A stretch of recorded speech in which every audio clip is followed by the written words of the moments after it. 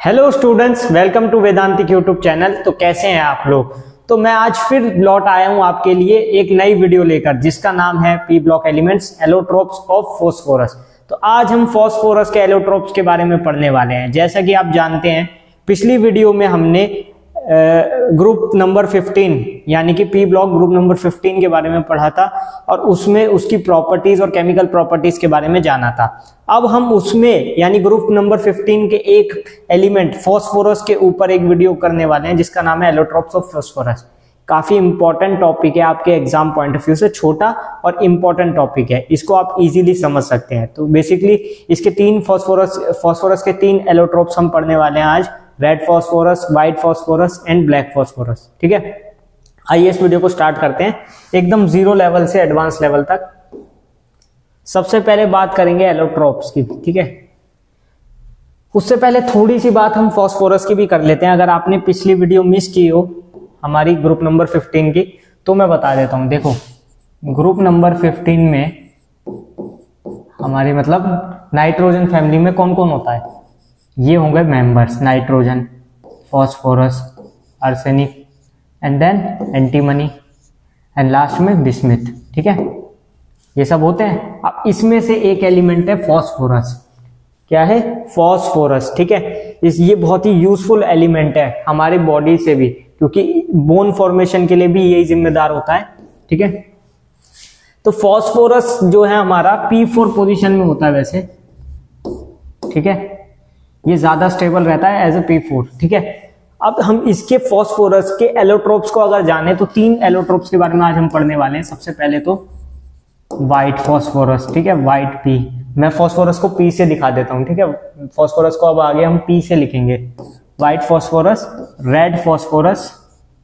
ठीक है, and last black phosphorus में दो फॉर्म होती है, एक होती है अल्फा ब्लैक, एक होता है बीटा ब्लैक। ठीक है, हम दोनों ही पढ़ने वाले हैं, alpha black phosphorus and beta black phosphorus. ठीक है, छोटा सा टॉपिक है आपका, ज्यादा डिफिकल्ट ये है नहीं। ठीक है, और ये तो आपको पता होगा ना, फास्फोरस नॉन मेटल होता है। इन सब में अगर आप देखो तो ये दोनों नॉन मेटल, ये मेटलॉइड होते हैं ये दोनों। ठीक है, और ये हमारा मेटल होता है यानी बिस्मिथ हमारा लास्ट वाला मेटल होता है।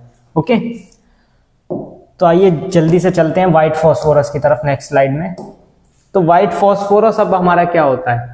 ठीक है, और व्हाइट फास्फोरस होता कैसे है, मतलब इसकी स्ट्रक्चर कैसे होती है, सबसे पहले तो हमें ये समझना है। ठीक है, तीन चीजें इसमें मेन होती है, आप कोई भी पढ़ेंगे, व्हाइट फास्फोरस, रेड फास्फोरस, इनमें इनकी स्ट्रक्चर मेन होती है, इनका बिहेवियर, इनकी प्रॉपर्टीज। ठीक है, तो सबसे पहले बिहेवियर में आता है कि ये वाटर में सॉल्युबल है या नहीं, तो उसका जवाब है ना, ये वाटर में सॉल्युबल नहीं होते हैं। सो दे आर इनसॉल्युबल। ठीक है, इनसॉल्युबल इन वाटर। ठीक है, इनसॉल्युबल इन वाटर। ठीक है, थ्योरी आपको एनसीईआरटी में भी मिल जाएगी वैसे तो, नहीं तो किसी भी बुक से आप देख सकते हैं। ठीक है, इनसॉल्युबल इन वेक्टर, और ये काफी ज्यादा रिएक्टिव होते हैं। सो लिखेंगे it is highly reactive, it is highly reactive. ये हमारे रेड फास्फोरस और ब्लैक फास्फोरस से भी ज्यादा रिएक्टिव, सबसे ज्यादा रिएक्टिव होते हैं। They are highly reactive in nature. ठीक है, और हाँ, इसकी जब रिएक्शन हम ऑक्सीजन के साथ कराएंगे तो क्या होगा, ये रैपिडली फायर कैच कर लेगा और फ्यूम बना लेगा, और उस फ्यूम को हम क्या कहते हैं, P4O10। ठीक है, so they make fumes of P4O10 when it is reacted with। ठीक है, ये लिखते चलो आप साथ साथ, when it is reacted with oxygen. ठीक है, इसकी मैं रिएक्शन भी आपको लिखवा देता हूं जैसे, पर उससे पहले एक चीज और रह जाती है, इसका पॉइजनस बिहेवियर, ये हाईली पॉइजनस होता है। ठीक है, तो it is poisonous in nature. ठीक है, ये लिखवा के हम इसके बाद इसकी रिएक्शंस देखेंगे और स्ट्रक्चर। ठीक है, ये हो गया सब। इस स्लाइड को आप कॉपी कर लीजिए। ठीक है, या तो आप स्क्रीनशॉट ले लीजिए क्योंकि मुझे इसे हटाना होगा अभी। ठीक है, तो अभी हमने थोड़ी देर पहले देखा था कि ये ऑक्सीजन के साथ रिएक्शन करता है तो क्या बना लेता है, फ्यूम्स बना लेता है P4O10, यानी कि रिएक्ट करके बहुत जल्दी आग लग जाती है इसमें, ठीक है। तो वो रिएक्शन क्या होगी, तो देखो P4 plus oxygen gives us P4O10। अब रिएक्शन को बैलेंस कर लेंगे, यहाँ 5 से मल्टीप्लाई कर देंगे, ठीक है ना, 10 है ना ऑक्सीजन, तो यहाँ पर 5 से मल्टीप्लाई कर दिया। अब ये P4O10 का स्ट्रक्चर बहुत इंपॉर्टेंट है, एग्जाम में इससे रिलेटेड क्वेश्चन आते हैं, P4O10 का या फिर P4O6 का। ज्यादा इंपॉर्टेंट P4O10 का है, लेकिन हम दोनों स्ट्रक्चर देखने वाले हैं और उसके बाद लास्ट में हम देखेंगे P4 का स्ट्रक्चर कैसे रहता है, ठीक है। पहले कर लेते हैं P4 का स्ट्रक्चर, पहले देख लेते हैं या फिर, ठीक है। तो P4 का तो सिंपल है, देखो ऐसे P P P और ये P, ठीक है। ये चारों P को अलग अलग लिख लिया मैंने। अब इसको इससे अटैच कर दो, इसको इससे अटैच कर दो, ठीक है। P4 का स्ट्रक्चर बन गया। ये टेट्राहेड्रल होता है स्ट्रक्चर में, ठीक है, लेकिन इसमें एंगल 109 डिग्री 28 ऐसे नहीं होगा, ठीक है। जो टेट्राहेड्रल में हमारा एंगल रहता है वो एंगल इसमें नहीं होगा, ठीक है। क्यों, उसका रीजन है कि अपने आप ही P से जुड़ा हुआ है। देखो यहाँ से भी P से जुड़ा हुआ है, यहाँ भी सेम P से, यहाँ भी सेम P से, तो इसमें एंगुलर स्ट्रेन जनरेट होता है 60 डिग्री का, ठीक है। तो इसमें कितना स्ट्रेन रहेगा एंगुलर, 60 डिग्री का, ये आपको याद रखना है, एंगुलर स्ट्रेन ऑफ 60 डिग्री, ठीक है। एंगुलर स्ट्रेन कितना होगा, 60 डिग्री। ये एक इंपॉर्टेंट पॉइंट भी है। अब देखो P4 की स्ट्रक्चर हमें आ गई, सिंपल थी वो तो, उसमें तो कुछ था नहीं। अब P4O10 की वैसी ही लगभग स्ट्रक्चर बनानी है। ये देखो यहाँ एक P लिखेंगे और एक P यहाँ लिखेंगे, दूसरा इसके अलाउ में, एक इसके अलाउ में, ठीक है। वैसा ही हो गया ना। अब बस क्या करो, ये P को जोड़ने से पहले यहाँ बीच में ऑक्सीजन लगा दो। ये देखो, ये याद रखने का भी बहुत अच्छा तरीका है। कितने ऑक्सीजन हो गए, 4 ऑक्सीजन हो गए, 4 P पे 4 ऑक्सीजन हो गए। यहां भी तो जोड़ेंगे 5 और यहां पर 1, कितने हो गए, 6 ऑक्सीजन जुड़ गए। अभी भी 4 ऑक्सीजन बचते हैं, वो 4 ऑक्सीजन कहाँ आएंगे, वो P के ऊपर डबल बॉन्ड बना देंगे इस टाइप से, क्योंकि P तो 5 बॉन्ड बना सकता है ना। वो तो नाइट्रोजन के साथ है कि वो केवल 3 बॉन्ड बनाएगा, P तो 5 बॉन्ड बना सकता है फास्फोरस, ठीक है। तो अब देख लो 1 2 3 4 5 6 7 8 9 10, तो 10 के 10 ऑक्सीजन हमारे कंप्लीट हो जाते हैं यहाँ पर, ठीक है। तो P4O10 की स्ट्रक्चर क्या होगी, ये वाली। अब P4O6 की भी पूछेंगे तो सिर्फ क्या करेंगे, ये वाले ऑक्सीजन हटा देंगे, ठीक है। ये जो P के ऊपर डायरेक्टली अटैच्ड है ना ऑक्सीजन, इनको हटा देंगे तो हमारा P4O6 का स्ट्रक्चर बन जाएगा। P4O6 का स्ट्रक्चर और P4O10 का स्ट्रक्चर लगभग सेम ही होता है, सिर्फ इन ऑक्सीजन का ही तो फर्क है। बाहर वाले ऑक्सीजन को हटा दो तो P4O6 का स्ट्रक्चर बन जाएगा, ठीक है। इसमें एक क्वेश्चन आता है कि POP बॉन्ड में POP बॉन्ड कितने बन रहे हैं, ठीक है। जैसे देखो ये POP बॉन्ड है, यहाँ POP बॉन्ड है, यहाँ POP बॉन्ड है, यहाँ POP बॉन्ड है, यहाँ POP बॉन्ड है। ये बाहर वालों को छोड़ दो, बाहर वालों को छोड़ दो, ठीक है। P4O6 में भी और P4O10 में भी सब जगह कितने POP बॉन्ड बन रहे हैं, 6 POP बॉन्ड। कितने, 6 POP बॉन्ड। ये इंपॉर्टेंट पॉइंट है, ठीक है, मार्क कर लो इसे। इस पूरी स्ट्रक्चर को एक बार आप नोट कर लो, अगर आपके पास कॉपी नहीं है तो आप स्क्रीनशॉट ले सकते हैं, लेकिन ये इंपॉर्टेंट चीजें हैं, ठीक है। यहाँ कितने POP बॉन्ड बन गए, 6 POP बॉन्ड। कैसे, देखो यहाँ 4 फास्फोरस जुड़े हुए थे, उनसे ऑक्सीजन को हमने अटैच किया तो 4 और 2 यहाँ पर, ठीक है, 2 और 1 यहाँ पर, ठीक है। एक इस तरीके से, एक इस तरीके से, और 4 तो है, 6 बॉन्ड हो गए, ठीक है। कैसे भी आप देख लो, सिंपली आपको क्या करना है, बस इसको पहचानना आना चाहिए, ठीक है। ये हमारा कंप्लीट हो जाता है यहाँ से व्हाइट फास्फोरस, ठीक है। तो व्हाइट फास्फोरस में हमने क्या क्या पढ़ा कि they are highly reactive, they are poisonous in nature, ठीक है। और इनकी एक और चीज, इनकी स्मेल गार्लिक जैसी होती है, ठीक है। इनकी स्मेल कैसी होती है, गार्लिक जैसी। और इसमें एंगुलर स्ट्रेन होता है 60 डिग्री का।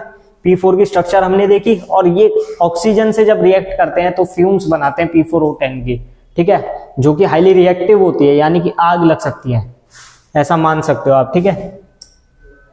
इमीडिएटली कैच कर लेते हैं फायर को। तो ये सब चीजें आपको व्हाइट फास्फोरस में हमने देखी, ठीक है। तो ये सब आपको समझ आ गया। अब हम आगे बढ़ेंगे रेड फास्फोरस पे। अब रेड फास्फोरस क्या होता है, ये भी फास्फोरस का ही पार्ट है। स्ट्रक्चर इसकी और P4 की लगभग एक जैसी आपको देखने को मिलेगी। अभी मैं वो बना के भी दिखाऊंगा आपको। इस टाइप से रहेगी आपकी स्ट्रक्चर।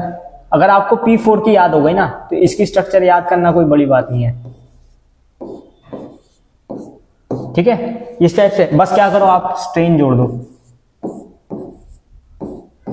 मतलब वही टेट्राहेड्रल स्ट्रक्चर बहुत सारी आपस में जुड़ी रहेगी, कितनी भी जोड़ सकते हो आप। ठीक है, ये चैन बना लेगा इस टाइप से और ये चलता रहेगा। ठीक है, ये चलता रहेगा। तो ये रेड फॉस्फोरस की स्ट्रक्चर होगी। ठीक है, एक बार आपने बना ली व्हाइट फॉस्फोरस की और उसी को आपने जोड़ते गए। ठीक है, 1 2 3 एन नंबर तक। ठीक है, ये हमारा हो गया रेड फॉस्फोरस का स्ट्रक्चर। अब रेड फॉस्फोरस की मतलब प्रॉपर्टीज क्या क्या होगी, रेड फॉस्फोरस का हमें पता भी चल गया। और रेड फॉस्फोरस को बनाते कैसे हैं, तो रेड फॉस्फोरस को बनाने के लिए हमें क्या करना होगा, व्हाइट फॉस्फोरस लेंगे, उसको रिएक्ट करा देंगे। अब रिएक्ट कैसे करेंगे, उसको हाई हीट पे रिएक्ट कराना होगा। ठीक है, उसको काफी ज्यादा हीट देनी पड़ेगी, यानी टेम्परेचर कैसा होगा, हाई टेम्परेचर होगा। कितना होगा, लगभग 573 डिग्री सेल्सियस, वो केल्विन, और डिग्री सेल्सियस में लगभग 300 डिग्री सेल्सियस के आसपास लेते हैं। ठीक है, इससे क्या बन जाएगा हमारा रेड फॉस्फोरस। ठीक है, व्हाइट फॉस्फोरस को 573 डिग्री केल्विन पे हमने जब रिएक्ट कराया तो क्या बना, रेड फॉस्फोरस। ठीक है, ये हो गई इसकी मेकिंग। अब इसके बारे में पढ़ेंगे, क्या ये सॉल्युबल है वाटर में, नहीं, ये भी इनसॉल्युबल होते हैं। ठीक है, इनसॉल्युबल इन वाटर।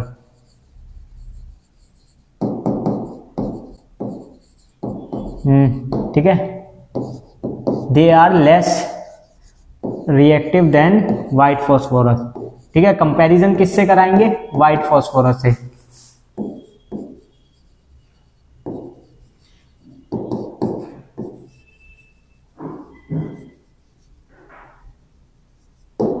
ठीक है, और ये एकदम से कैच नहीं करते हैं फायर। ठीक है, इसीलिए किसमें यूज होते हैं, मैचिस, जो आप माचिस जलाते हैं उसकी मेकिंग में भी यूज होते हैं, मैन्युफैक्चरिंग ऑफ मैचिस में यूज होते हैं। ठीक है, दे आर यूज्ड इन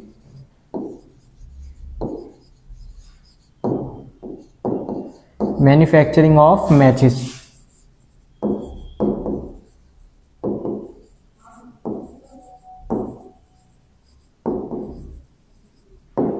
ठीक है, तो ये कुछ इसके इंपॉर्टेंट पॉइंट्स थे जो आपको याद रखने हैं। अब रेड फॉस्फोरस आपका बहुत काम आता है। आप जब आगे अल्फा ब्लैक फॉस्फोरस पढ़ेंगे तो उसकी मेकिंग भी इसी से होती है। अल्फा ब्लैक को 803 डिग्री सेल्सियस 3 डिग्री केल्विन पे आप करवा देंगे रिएक्ट, तो क्या बन जाएगा, अल्फा ब्लैक फॉस्फोरस बन जाएगा। रेड फॉस्फोरस के और भी कई सारे काम है, एक दो क्वेश्चन भी हमने रेड फॉस्फोरस के लिए हैं। ठीक है, रेड फॉस्फोरस बेसिकली आपका व्हाइट से कम रहेगा हमेशा से। ठीक है, लेकिन डेंसिटी इसकी व्हाइट फॉस्फोरस से ज्यादा होगी, कंपेयर में डेंसिटी ज्यादा होगी लेकिन रिएक्टिविटी कम हो जाएगी। ठीक है,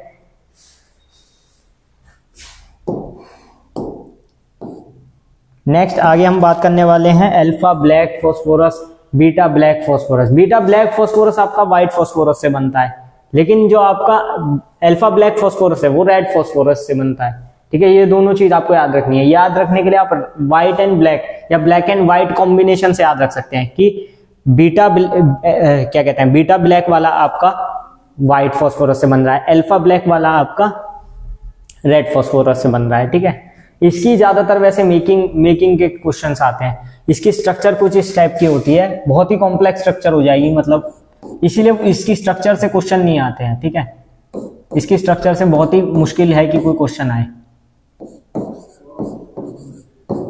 ठीक है, इस टाइप से ऑर्थोरोम्बिक टाइप बहुत बड़ी स्ट्रक्चर बन जाएगी, ये सब आपस में अटैच हो जाएंगे। ठीक है, इस टाइप से मतलब ये रुकेगी ही नहीं, ये बनता ही रहेगा। ठीक है, तो इस टाइप से इसकी स्ट्रक्चर हो जाएगी, तो इसकी स्ट्रक्चर पे क्वेश्चंस नहीं आते हैं, इसकी मेकिंग पे आ सकते हैं बेसिकली, अल्फा ब्लैक की और बीटा ब्लैक की मेकिंग पे। ठीक है, जैसे अगर मुझे अल्फा ब्लैक फॉस्फोरस बनाना है तो मुझे क्या करना होगा, अल्फा ब्लैक फॉस्फोरस बनाने के लिए सिंपल सी बात है, मुझे क्या करना है, रेड फॉस्फोरस लेना है, उसको हीट करा देना है, कितना, 803 डिग्री केल्विन पे। कितने पे, 803 डिग्री केल्विन। आप देख रहे हो कितना हाई टेम्परेचर लिया है, तो ये बहुत हाई टेम्परेचर पे एक रिएक्शन होने वाली है। ठीक है, अब देखो अब क्या होगा, यहां पर ये चेंज हो जाएगा, alpha black phosphorus, alpha black phosphorus. समझ में आ गए।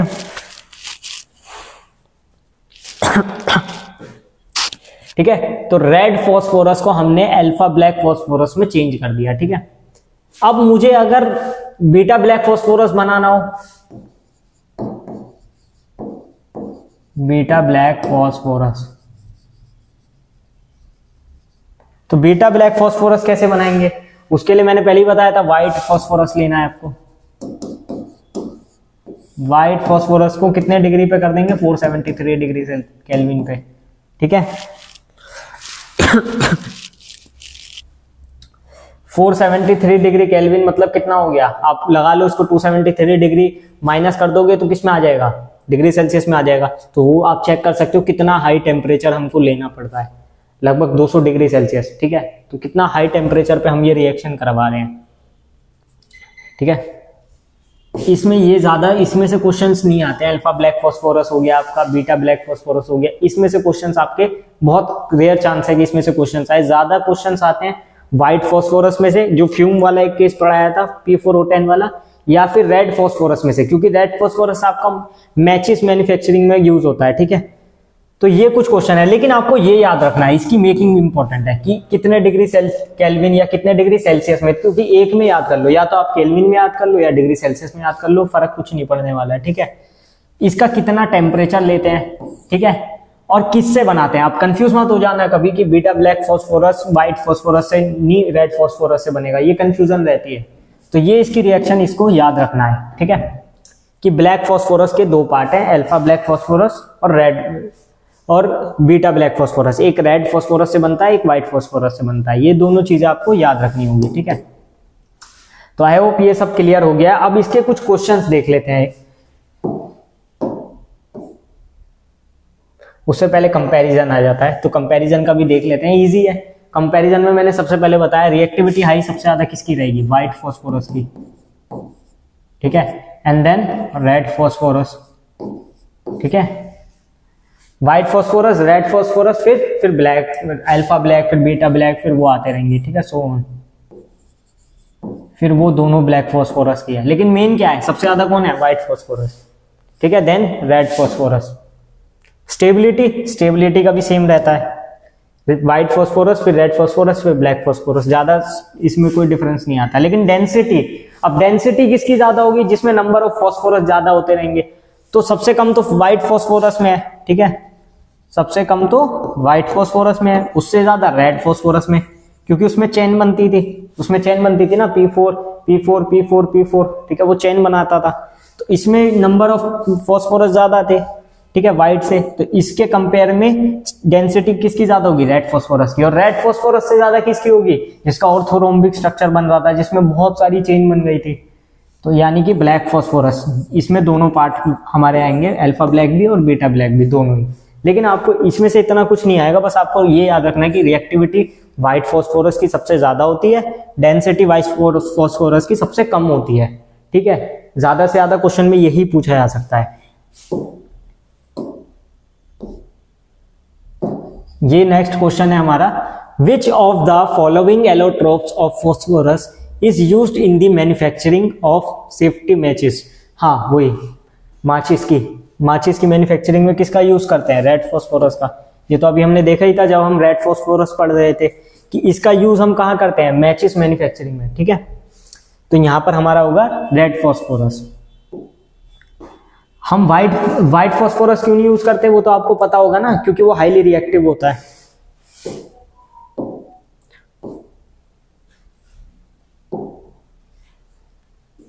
ठीक है, which of the following statements regarding white phosphorus is correct. अब व्हाइट फॉस्फोरस के लिए पूछा है। व्हाइट फॉस्फोरस हमने पढ़ा था पॉइजनस होता है नेचर में, ठीक है, रिएक्टिव होता है और टेट्राहेड्रल शेप होती है। उसके अलावा उसके स्ट्रक्चर का हमने देख लिया था, और तो ज्यादा कुछ था नहीं व्हाइट फॉस्फोरस के लिए। पॉइजनस होता है, गार्लिक लाइक स्मेल होती है, ये 4 चीजें हमें पता है। अब इन ऑप्शंस में हमें यही ढूंढना है कि कौन सा करेक्ट है, ठीक है।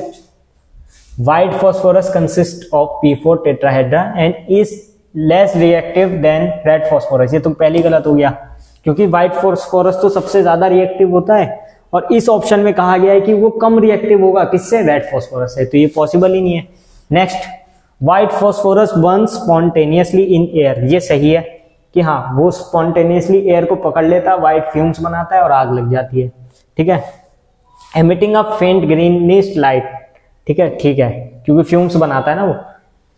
White phosphorus has a strong garlic like order, हाँ ये सही है। And is stored under water और इन इनर्ट गैस, नहीं। White phosphorus is used in manufacturing of fireworks, नहीं।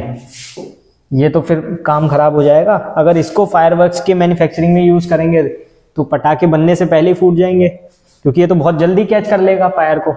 इसका तो हमने बताया था ना कि अगर इसको हम रिएक्ट कराते थे जब P4 प्लस O2 को, तो क्या बनता था, फ्यूम्स बन जाते थे, P4O10।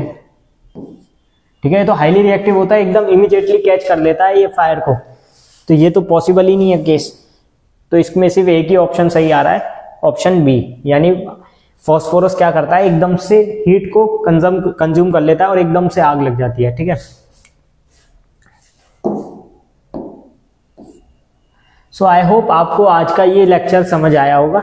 ये बहुत ज़्यादा इम्पॉर्टेंट है और छोटा सा एक टॉपिक है, एलोट्रोप्स ऑफ फॉस्फोरस। इसको आप एग्जाम के लिए बिल्कुल भी मत छोड़िए, क्योंकि ज़्यादा से ज़्यादा आपको मैक्स टू मैक्स आधा घंटा लगने वाला है इसको पढ़ने में और इसके क्वेश्चंस ट्राई करने में। ज़्यादा इसमें न्यूमेरिकल टाइप क्वेश्चंस नहीं आते हैं, थ्योरी बेस्ड क्वेश्चन है, सिंपल थ्योरी बेस्ड। इसको आप कभी भी मतलब रिवाइज कर सकते हैं। इस वीडियो को देखने के बाद आपका मुझे लगता है 90% तो कवर हो गया होगा, बाकी का 10% आपको क्वेश्चंस करके करना है। ठीक है, तो आई होप आपको वीडियो पसंद आया होगा। अगर आपको वीडियो अच्छा लगा तो आप लाइक शेयर सब्सक्राइब कीजिए, और आपको आगे आने वाले फ्यूचर में किस टॉपिक के ऊपर वीडियो चाहिए वो आप मुझे कमेंट करके बता सकते हैं। So thank you.